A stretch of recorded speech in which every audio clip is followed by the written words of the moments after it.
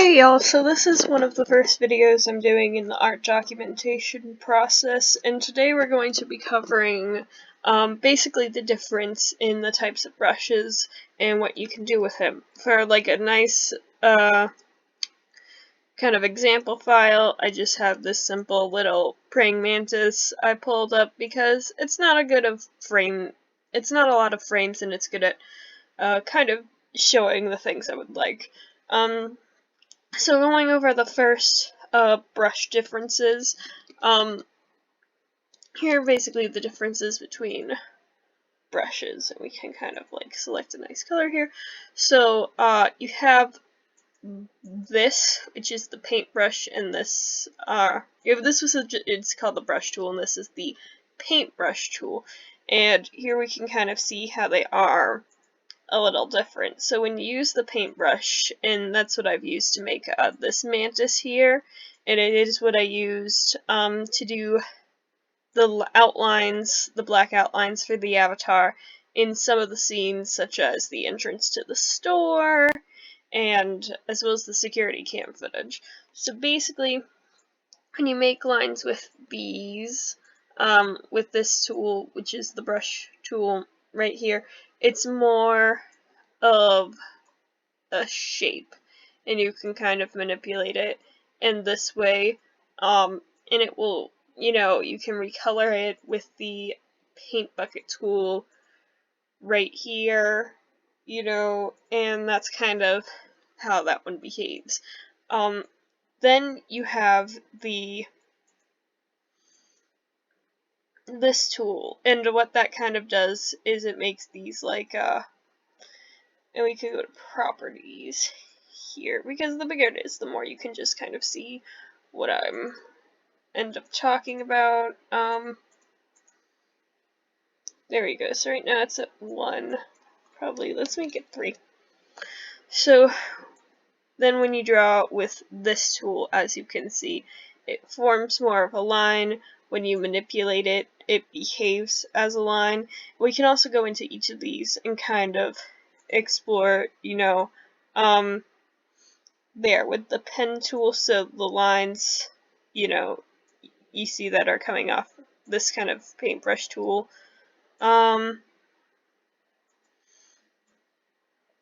It's all this kind of vector, and it is one line that can be, manipulated more in this way. Right, and then with, for example, as opposed to this one, and we're going to make it just kind of black so you can see what I'm talking about. The what's kind of formed by this one in terms of, you can see the vector goes all the way around the line as opposed to just being the line, and there's benefits to kind of doing it both these ways. With this, it's a bit more easier to kind of manipulate your line art and manipulate just the lines of your line art and just get a nice or cleaner line art more overall. And you can't necessarily, for example, if you're coloring the files, you don't accidentally, like, say, and this happens with this tool. Say I'm trying to color, like, this area, and I want it to be this kind of like pink.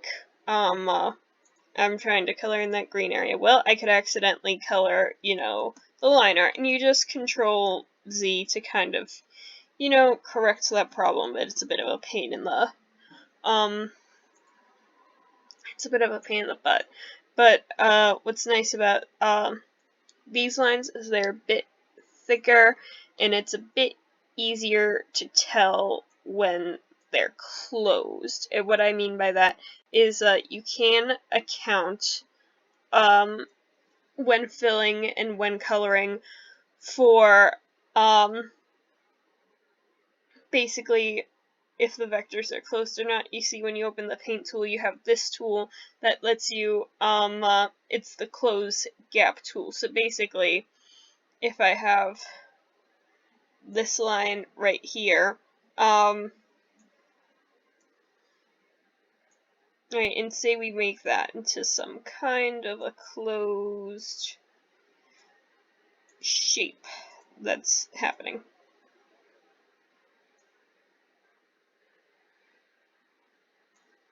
Right, we just make sure that's nice and closed, so we want to fill that. Alright, now the tool is on that you don't close gaps, right? You don't do it. Now, the thing about this is sometimes, basically it bases a gap on whether or not all these little, dots you see within like the vector line are kind of connected to something. So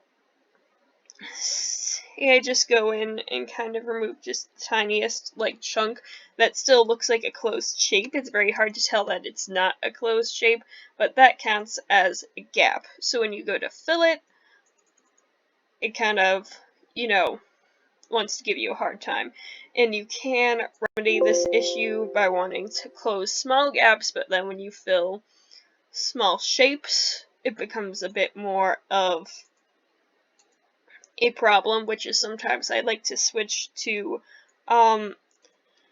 this tool for using line art, because here you can more kind of tell if there's a bit of a gap basically in the line, whereas Jordy in her files of the first scenario doesn't really use this tool for line art.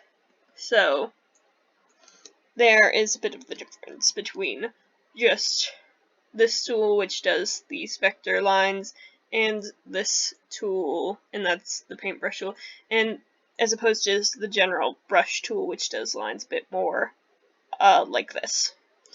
And with both of these tools and the properties, you can kind of go in and change in the properties,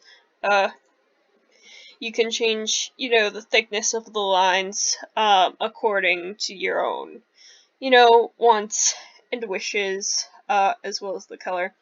And then, so these lines can just be refilled with, again, with the paintbrush tool.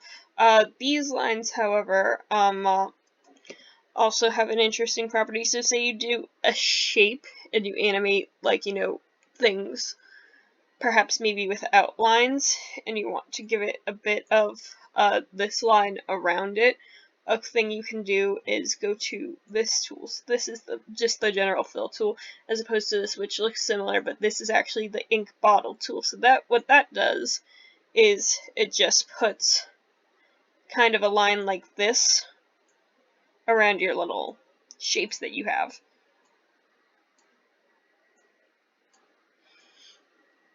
Right, so sometimes that can make things easier for you as well. But when you want to affect the color of these type of lines that you have, you just go into this tool, and then you can change up the color of what those lines are. Although mostly in the scenario, what you're going to do is your line art is just going to be black. So there you go. That's kind of a simple tutorial on that, as well as, so if you go into the properties for, so this is the vector tool, and then this is the brush tool that we use to make these lines.